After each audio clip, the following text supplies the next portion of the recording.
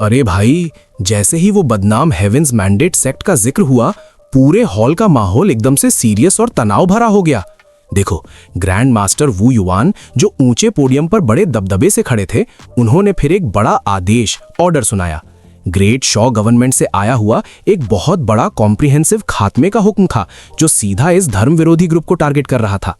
और उसी वक्त अकेडमी ने सिस्टम में एलिमिनेशन मिशंस का एक बहुत बड़ा बैच डाल दिया, जिससे हर स्टूडेंट को लगभग तैयार कर दिया गया कि वो इस हेरेटिकल ऑर्गेनाइजेशन को खत्म कर दे। वू युआन ने फिर हमारे मुख्य पात्र शू जिंगमिंग को देखा और उनको सीधा एक सहारा दिया। अगर एमसी इन खतरनाक मिशंस के लिए टीम बनाना चाहता है तो वो उनको बस बुला ले।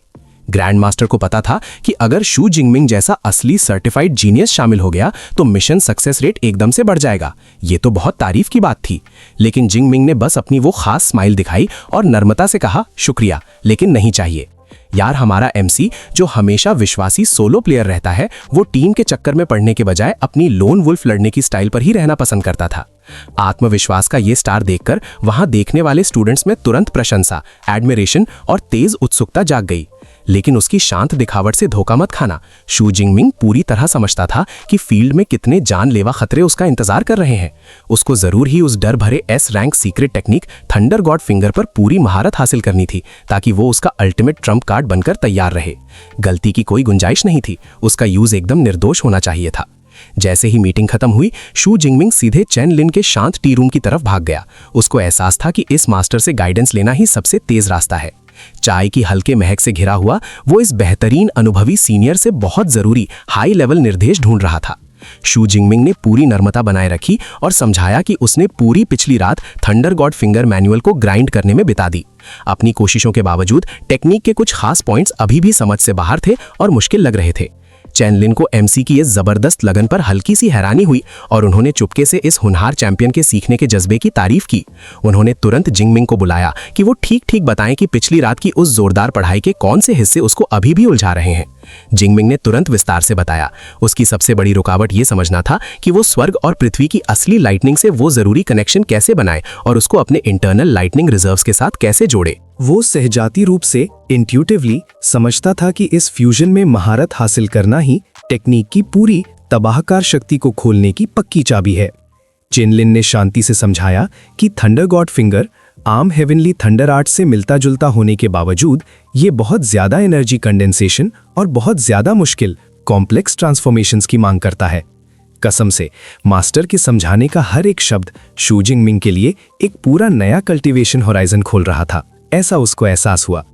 वो दोनों कल्टीवेटेड माइंड्स उस गंभीर कमरे में गहरे टेक्निकल चर्चा में घुस गए, जिसमें एक सच्चे मास्टर के बड़े ज्ञान का निर्देशन था। धीरे धीरे शू जिंगमिंग के सारे बचे हुए शक गायब हो गए, जिससे उसके आने वाले पावर ब्रेक थ्रू के लिए एक बिल्कुल मजबूत नींव बन गई।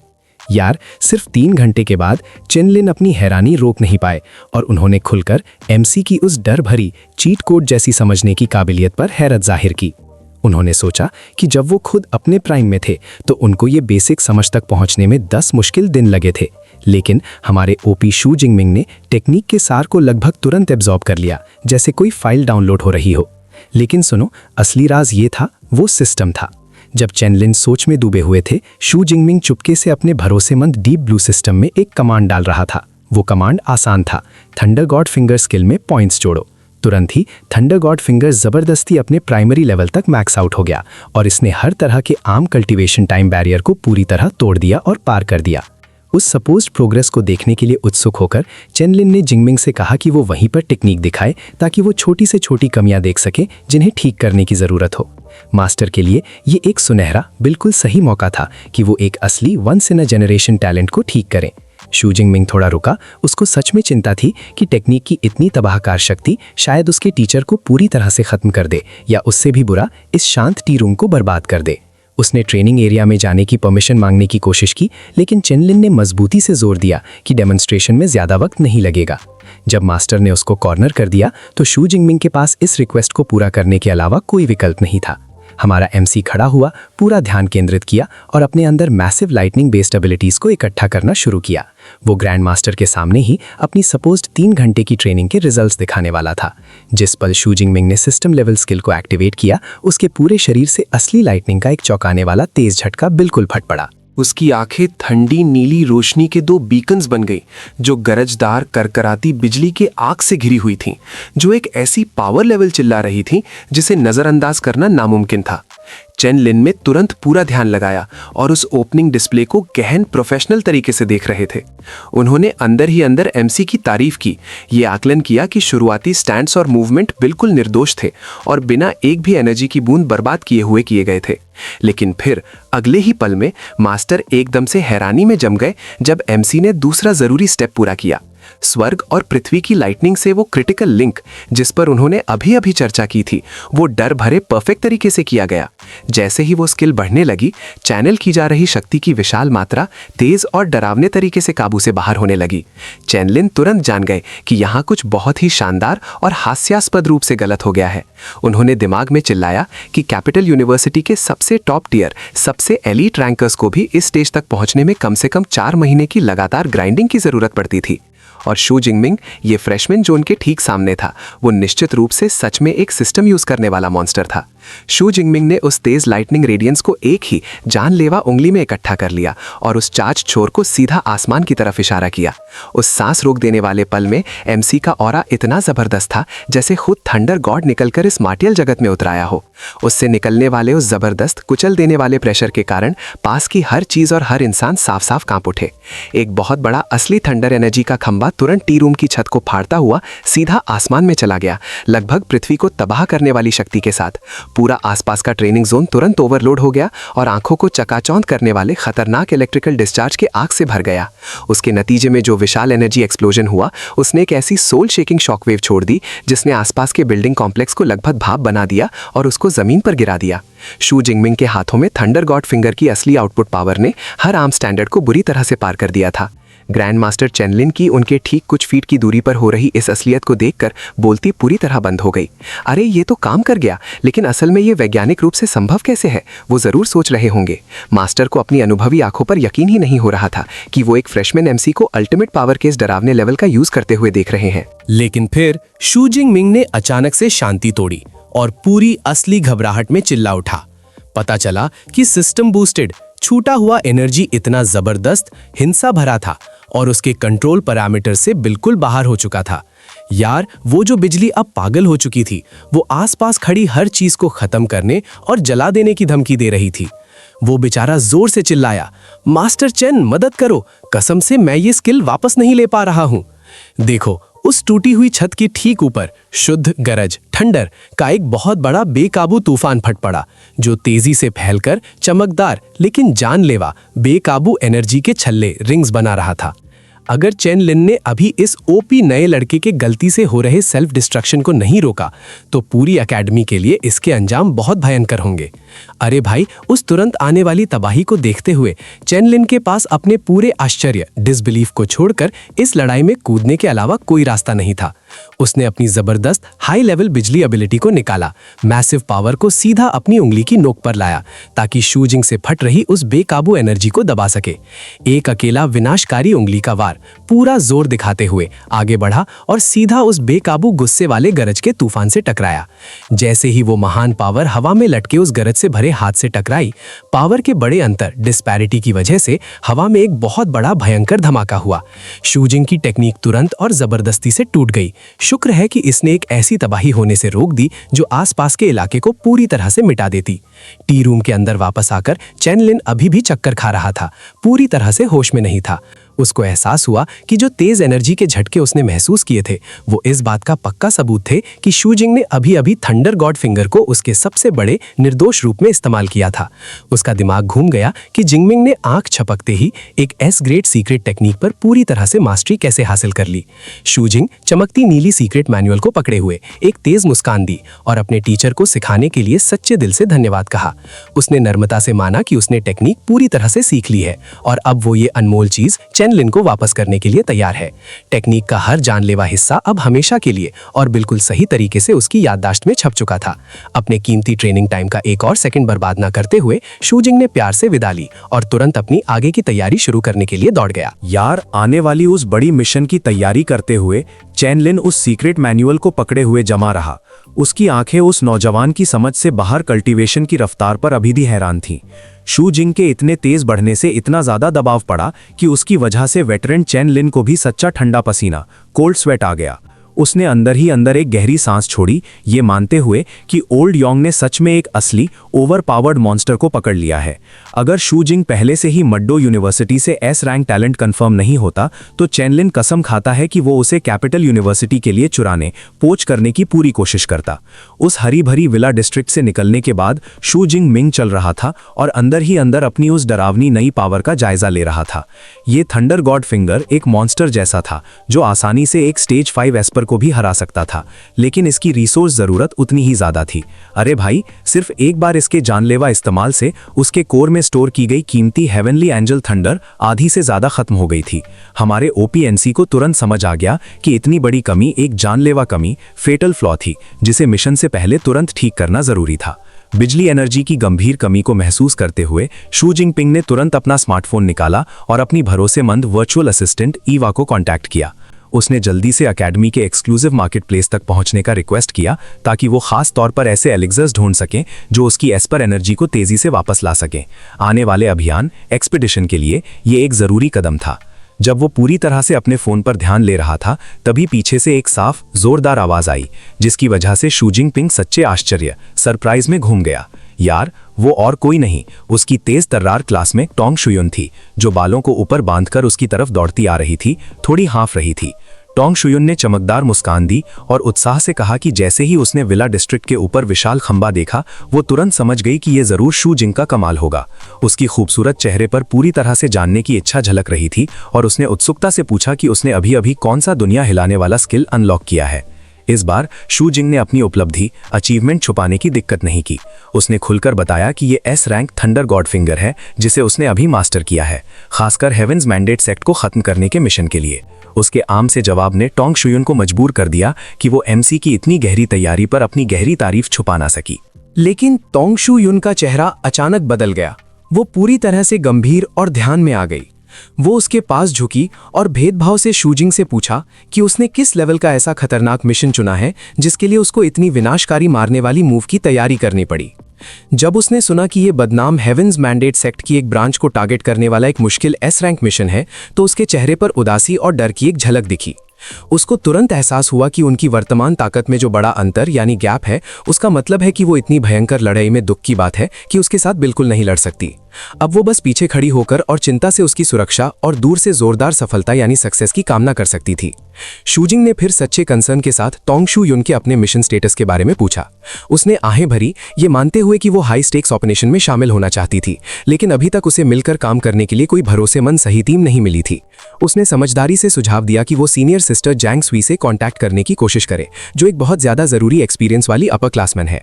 टोंग शुयुन तुरंत उत्साह में भर गई, सहमत हुई और जल्दी से शू जिंग को पकड़कर अपने साथ खींच लिया। अरे भाई, ये बिल्कुल सही वक्त था, क्योंकि जिंगपिंग भी संयोग से जैंग सुई से उन जरूरी एनर्जी रेस्टोरेशन एलिक्सर्स को खरीदने के बारे में सोच रहा था। वक्त पल भर में तेजी से गुजर गया और दृश्य यानी सीन नाटकीय रूप से जिनलिंग के उस व्यस्त विशाल शहर में बदल गया।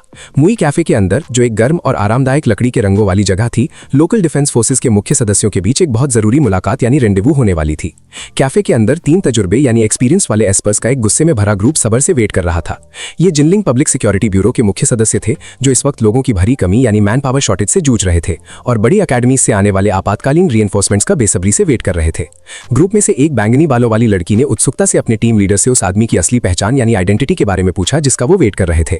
साइजू, जो सुनहरे बालों वाला शांत टीम लीडर था, उसने खुलासा किया कि वो शू जिंग है, एक नया लड़का यानी फ्रेशमैन जो अभी अभी 19 साल का हुआ है। यार, उस हैरान कर जानकारी ने तुरंत वेट कर रहे ग्रुप के अंदर जोरदार विरोध और गुस्सा पैदा कर दिया। वो बहुत गुस्से में थे। उन्हें लग रहा था कि मैडो यूनिवर्सिटी उसको इतने जंगली और ब्रूटल बैटलफील्ड में भेजकर एक तरह से एक बच्चे की जान के साथ लापरवाही से जुआ खेल रही थी।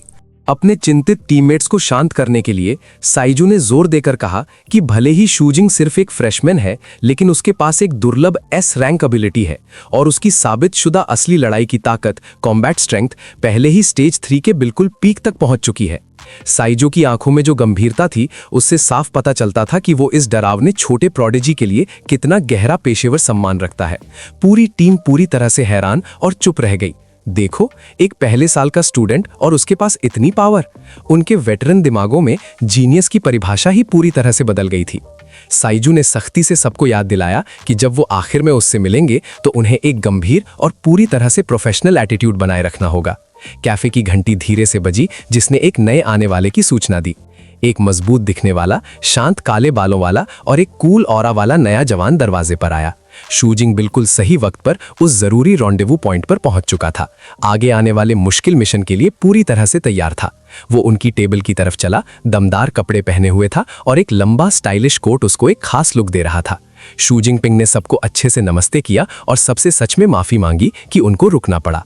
यार, इतनी ज्यादा पावर होने के बावजूद उसका व्यवहार बिल्कुल नरम था। साइजू, जो लीडर था, वो तुरंत खड़ा हुआ और अपने प्रोटैगनिस्ट को गर्मा गर्म मजबूत हैंडशेक से वेलकम किया। लेट आने की बात को टालकर साइजू ने ऑफिशियल तरीके से अपना परिचय, इंट्रोडक्शन दिया कि वो एक अनुभवी टैक्टिकल यूनिट कमांडर है। देखो, ये बंदा एक enhancement type B rank S पर है, जो स्टेज 3 की पीक तक पहुंच चुका है। साफ दिखता है कि यही इस पूरे ऑपरेशन की मजबूत रीढ़ की हड्डी है। उसके बाद हम मिलते हैं शोंग शान से, एकदम आजाद ख्याल नया जवान जिसके लंबे स्टाइलिश सफेद बाल है। शोंग शान एक जरूरी support type B rank S पर है, जो मिड स्टेज 3 पर है, तो टीम को जिंदा और लड़ने के लिए तैयार रखने में ये बहुत वाइटल है। और उसके तुरंत बाद I seen stealer, Jong Tong, एकदम कड़क लड़की जिसके पर्पल बाल और ऐसी आंखें थीं जो कांच काट सकती थीं। वो एक fire type B rank S पर है, अपर स्टेज 3 पर, और उसका काम भारी तबाही मचाने वाला एरिया ऑफ इफेक्ट डैमेज देना। कसम से, जब सच्ची खूंखार लड़ाई शुरू होती है तो जोंग टोंग ही असल आर्टिलरी कैनन है। आखिर में हम मिलते हैं सुनयान से, एक चश्मे वाले नए जवान से जो पूरा पढ़े लिखे स्कॉलर टाइप का लगता है। वो एक मेंटल टाइप बी रैंक है, अपर स्टेज 3 पर, और स्क्वाड के लिए सारी जरूरी स्काउटिंग और दुश्मनों के माइंड गेम संभालता है। अरे भाई, जैसे ही गिनलिंग टैक्टिकल यूनिट के सभी खास सदस्य साथ आ गए, कैफे का माहौल आम बातों से सीरियस मिशन प्रोटोकॉल में बदल गया। साइजू ने उस तनाव को खत्म किया और ऐलान किया कि अब फालतू की बातें छोड़कर सीधे बिजनेस की बात पर आना है। उसने उस जरूरी इंटेलिजेंस को बताना शुरू किया जो गिनलिंग टैक्टिकल यूनिट ने खतरा लेकर उस बुरे हेवेंस मैंडेट सेक्ट के बारे में जमा की थी। और शू जिंगमिंग बिल्कुल शांति से सर हिला रहा था।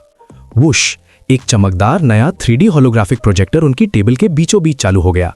साइजू ने समझाया कि उनकी इन्वेस्टिगेशन ने 2 बहुत अच्छे लीड्स पर फोकस किया है, खास करके 2 बड़े लोग। उनके नाम जाओ वाईहाओ, जो फियर्स टाइगर एसोसिएशन का ताकतवर प्रेसिडेंट है, और लैंग चोंग, जो ब्लू सी टेक्नोलॉजी ग्रुप का बड़ा सीईओ है। उनकी क्लासिफाइड इंटेलिजेंस ने पक्का कर दिया कि ये दोनों लोग सीधे हेवेंस मैंडेट सेक्ट की उस ब्रांच से जुड़े हैं जो जिनलिंग सिटी में काम कर रही है। गेम प्लान आसान है, दोनों को जिंदा पकड़ो और फिर उनको एक खास मेंटल टाइप एस्पर को 2 गहराई वाली पूछताछ के लिए, ताकि सेक्ट के मेन ठिकाने का पता लग सके। क्योंकि लैंग चोंग बहुत ज्यादा मुश्किल टारगेट लग रहा था, साइजू ने सुझाव दिया कि पहले जाओ वाईहाओ को पकड़ना स्ट्रैटेजी के हिसाब से सही रहेगा। यार, साइजू ने अगले दिन के लिए शू जिंगमिंग एमसी को इंस्ट्रक्शन दी कि वो टीम के साथ रहे और सिर्फ देखे कि असली दुनिया में टैक्टिकल मिशंस कैसे होते हैं। लेकिन ये सुनकर शू जिंगमिंग ने हल्की कॉन्फिडेंट मुस्कान दी और एक ऐसा सवाल किया जिसने उस पूरे अनुभवी ग्रुप को दंग कर दिया। रुको, अगर हमारे पास 2 इतने बड़े टारगेट हैं तो हम वक्त क्यों बर्बाद कर रहे हैं? हम अपनी ताकत को बांटकर एक साथ उन पर हमला क्यों नहीं करते ताकि एफिशिएंसी बढ़ जाए? साइजू वहीं रुक गया। उस नए लड़के की इतनी हिम्मत देखकर वो हैरान था। लीडर के दिमाग में एक साथ मिलकर चलना सबसे ज्यादा सुरक्षा और स्थिरता की गारंटी थी, खास करके जब एक नए बंदे को प्रोटेक्ट करना हो। शू जिंगमिंग ने मन ही मन में गुस्सा किया, तुरंत समझ गया कि उसकी एबिलिटीज को हल्का लिया जा रहा है सिर्फ क्योंकि उसको फ्रेशमैन का लेबल मिला है। तो उसने बहुत शांति से ये सुझाव रखा, लैंग चोंग को बस मुझे दे दो, तुम लोग अपनी मेन ताकत फियर्स टाइगर एसोसिएशन पर फोकस करो। साइजू की आंखों में शक और सीधे सीधे चिढ़ का एक तगड़ा मिलाजुला इमोशन दिखा। साइजू ने तुरंत सवाल उठाया कि क्या ये मड्डो यूनिवर्सिटी का माना जाने वाला एस रैंक प्रोडिजी कॉन्फिडेंस की लाइन पार करके सिर्फ पक्का घमंड दिखा रहा है? देखो, सच तो ये है, लैंग चोंग का सामना करने का मतलब था उसके मिड स्टेज 4 बॉडीगार्ड से निपटना, जो किसी भी पहले साल के स्टूडेंट के लिए आत्महत्या जैसा मिशन था, चाहे उनकी कोई भी रैंकिंग हो। जोंग टोंग अब और शांत नहीं रह सकी और तुरंत बीच में कूद गई। उसने इस लापरवाह प्लान का सख्त विरोध किया। उसने जोर दिया कि लैंग चोंग का पर्सनल आदमी सच में एक स्टेज 4 पावर हाउस है, और उसने कसम खाकर बोला कि शू जिंगमिंग का अकेले उस लड़ाई में बचने का 0 चांस है। हमारा एमसी शू जिंगमिंग ने उसकी घबराहट को बहुत आम और मजबूत भरोसे से जवाब दिया। शांत हो जाओ, उसने बड़े कूल तरीके से कहा। चिंता मत करो, कोई भी दिक्कत नहीं होगी। शू जिंग की बिल्कुल चिंता ना होना, उसका खतरे को लापरवाही से नजरअंदाज करना, उससे जोंग टोंग की चिढ़ बहुत बढ़ गई। उसने मन में गुस्सा किया, सोच रही थी कि क्या ये घमंडी बच्चा सच में समझता है कि वो जिस दुश्मन का सामना करने वाला है वो कितना खूंखार और जानलेवा खतरा है। लेकिन उस ओपी मेन कैरेक्टर की आंखों में देखकर और वो स्टील जैसा पक्का निश्चय, डिटर्मिनेशन देखकर साइजू ने आखिर में एक बहुत बड़ा जोखिम लेने का फैसला किया। उसने शू जिंगमिंग को लैंगचोंग की कॉर्पोरेशन से जुड़ी पूरी 3D मैप और सारी क्लासिफाइड इंटेल से भरी एक सिक्योर स्टोरेज डिवाइस दी। अकेले हंट की मंजूरी देते हुए शू जिंगमिंग में वो टेक ले ली। उसकी आंखों में बर्फ जैसा तेज कॉन्फिडेंस चमक रहा था। वो हंट करने के लिए तैयार था। उसको पूरी तरह समझ आ गया था, इन अनुभवी टीममेट्स का सच्चा मान सम्मान पाने के लिए आने वाली लड़ाई में उसको अपनी असली जबरदस्त ताकत दिखानी होगी।